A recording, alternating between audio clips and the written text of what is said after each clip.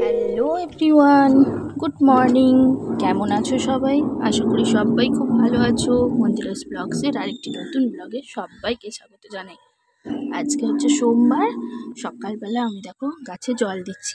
আর এই দেখো এক মুখ চাল ধোয়া জল নিয়েছি।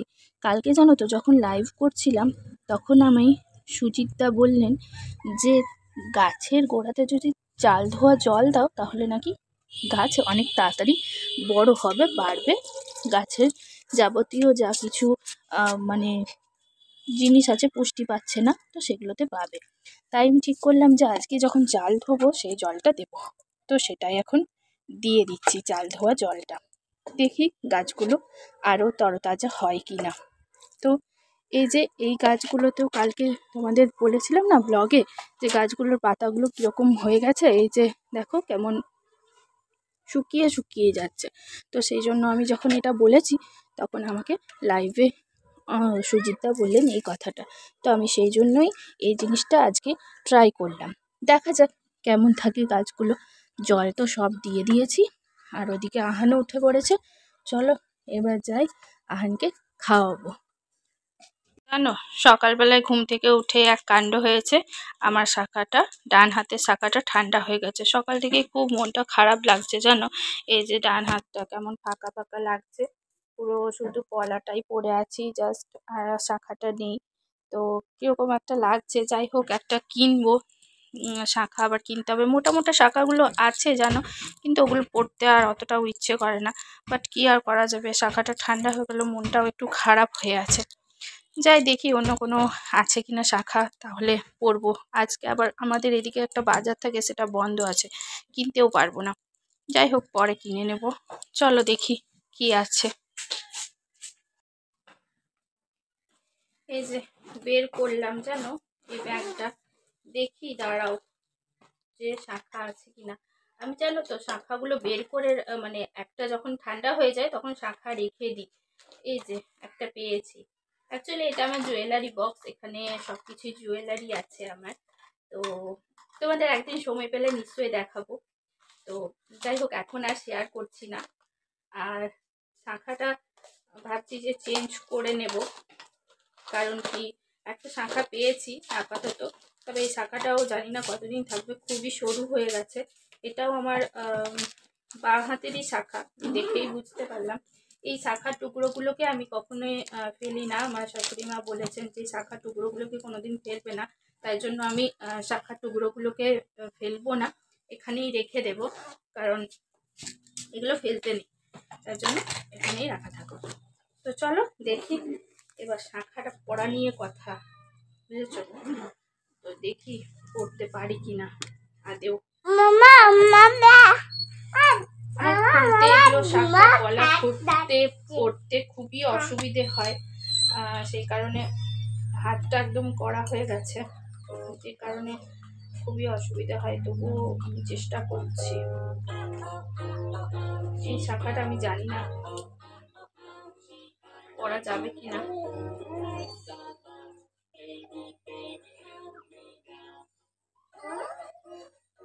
আর মনে হয় সাবান দিয়ে পড়তে হবে। তো চলো সাবান দিয়ে পড়ে নিই, নয়তো শাখা এটার থেকে এটা ছোট আছে শাখাটা, তো সাবান দিয়ে পড়ে নিই, নয়তো খুবই অসুবিধা হবে। পরে এসে তারপর তোমাদের দেখাচ্ছি। পড়ে নিয়েছি দেখো, এই যে এই শাখাটা ওই যে বের করলাম, ছোট্ট একটা শাখা, পড়তে খুবই অসুবিধে হলো, বাট তাও পরে নিলাম, সাবান দিয়ে গলিয়ে পরানো গেল। হাতে শাখাওয়ালা পরে থাকি তো, যদি না পরি না খুব খারাপ লাগে। আর এই যে ওই মানে বাঁ হাতের শাখাটা আবার ডান হাতেই পরে নিলাম। আপাতত থাক এখন এটাই, তারপর আমি আবার শাখা কিনবো, তারপর আবার পরবো। এই যে দেখো, চলো ফাইনালি আমার সব কিছু কমপ্লিট হয়ে গেছে। তারপর আমি এসে ওর দুধটা নিয়ে এলাম নিচে থেকে, তারপরে আমি দুধ আর মুড়ি খাওয়াচ্ছি আজকে। ওই যে মুড়িগুলো গুঁড়ো করে রাখি, তাহলে সুবিধা হয় খাওয়াতে, ঝটপট করে গুলে নিলাম আর ওকে এখন নিয়ে বসলাম খাওয়াতে। আর কর্নফ্লেক্সটা আগে খাইয়েছি, আজকে আর সুজিটা বানালাম না, অনেকটাই দেরি হয়ে গেছে তাই। আর ছোটো দিনের বেলা তো একটু তাড়াতাড়ি খাওয়াতে মানে হয় আর কি ওকে। তো যাই হোক, ওকে খাওয়া দাওয়া কমপ্লিট করার পর আরও যাবতীয় যা কাজ ছিল সেগুলো সব করে নিয়েছি। তোমাদের সাথে লাইভে অনেকক্ষণ গল্প করা হলো। তারপর ওকে ভাতও খাইয়ে দিলাম, ভাত খাওয়ানো হয়ে গেছে। আর তারপর আমি এই যে রান্নাঘরটা, উপরের যে রান্নাঘরটা আছে সেখানে আমি এসে ওই মোছামুছিটা করছি। অ্যাকচুয়ালি উপরে রান্নাঘরটাতে সেরকম কিছুই থাকে না, শুধুমাত্র পেটুর জন্য খাবার করি, সেটাই যে ইন্ডাকশানে করি সেই ইন্ডাকশানটাই থাকে। আর একটা ফ্রিজ আছে, ব্যাস। আর কিছুই থাকে না রান্নাঘরে, কারণ ওপরের রান্নাঘরটাতে তো সেরকম কিছু ব্যবহার হয় না, ইউজ হয় না। যাবতীয় যা রান্নাবান্না হয় সেগুলো সব নিচেই হয়। আমি আমার নিজের সুবিধার জন্য আমি ওপরে এই জিনিসটা করে রেখেছি। আমি সবসময় উপরে থাকি তো সেই কারণে। আর ইন্ডাকশানটা তোমার সহজে হয়ে যায় চট করে, তো সেই জন্যই ইন্ডাকশানটা উপরে তুলে নিয়েছি। আর আমাদেরও সুবিধা হয়, আমরা জল টল গরম করি, তারপরে বেটুকে জল গরম করে খাওয়াই। তো যেহেতু তোমার ডাল ও সেদ্ধ এসব দিই না, পুরো চারিদিকে ছিটে ছিটে লেগে যায়, জানো তো। ওই জন্য না আমি ভালো করে দেওয়ালের টাইলসগুলোও ভালো করে মুছে নিই, আর তোমার পুরো স্ল্যাবটাই ভালো করে মুছে নিই। কারণ কি বলো তো, না হলে প্রত্যেক দিন যদি না মুছে নিই, যদিও এটা কোনো কিছু সগড়ি টগড়ি মানে থাকে না, কিন্তু তবুও এটা যদি না মুছি তাহলে কিন্তু সে স্তর পড়ে যাবে ডালের। তো সেই কারণেই আমি এটা প্রত্যেক দিনই মুছে নিই ভালো করে। ধুলোবালি জমেই তো, প্রতিদিন মুছে নেওয়াই ভালো। আমি সব কিছু কাজটা একটু ভালো করেই কমপ্লিট করে রাখতে চেষ্টা করি, নয়তো আমার একদমই ভালো লাগে না। তারপরে এই মোছামুছি করে, আর বাকি এগুলো সেই তখন টিফিন খেয়েছিলাম, সেই বাসনগুলো ধোয়া হয়েছিল। তারপরে তোমার রাখতে যাওয়া হয়নি, একেবারে যখন নিচে যাব আমরা খেতে এবার যাব, তো তখন নিয়ে যাব একসাথে। আর এখন এই যে কুকার আছে রাখা, ওর যে প্রত্যেক দিন ডাল করি, আর ওই যে থালাটা আছে, সেই থালা আর কুকারগুলো শুধু এখন ফটাফট করে মেজে নিই, তারপরেই ব্যাস। আর কিছু কাজ তো থাকবে না।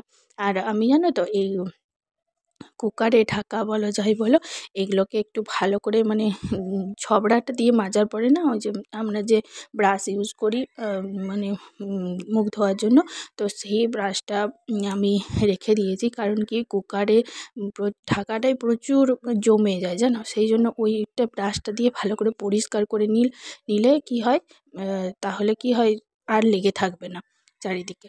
তো ওটা এখন করে নিলাম। তারপর দেখো আমার ধোয়াধুয়ি সবটাই কমপ্লিট হয়ে গেছে, আমি সব কিছু পরিষ্কার করে ধুয়ে রেখে দিলাম। আর আপাতত থালাটাও ধুয়ে নিলাম আর সবই করে নিলাম। এবার একটু জল খাই, যেন খুব গলাটা শুকিয়ে গেছে। 1 ঘন্টা পুরো লাইভে তোমাদের সাথে গল্প করেছি, আর মাঝখানে তারপর ছেলেকে খাওয়ানো এসব করেছি। আর ঠান্ডাতে না জল তেষ্টা খুবই পাই না তো খুব একটা, কিন্তু তবুও মাঝে মাঝে জল খেতেই হয়।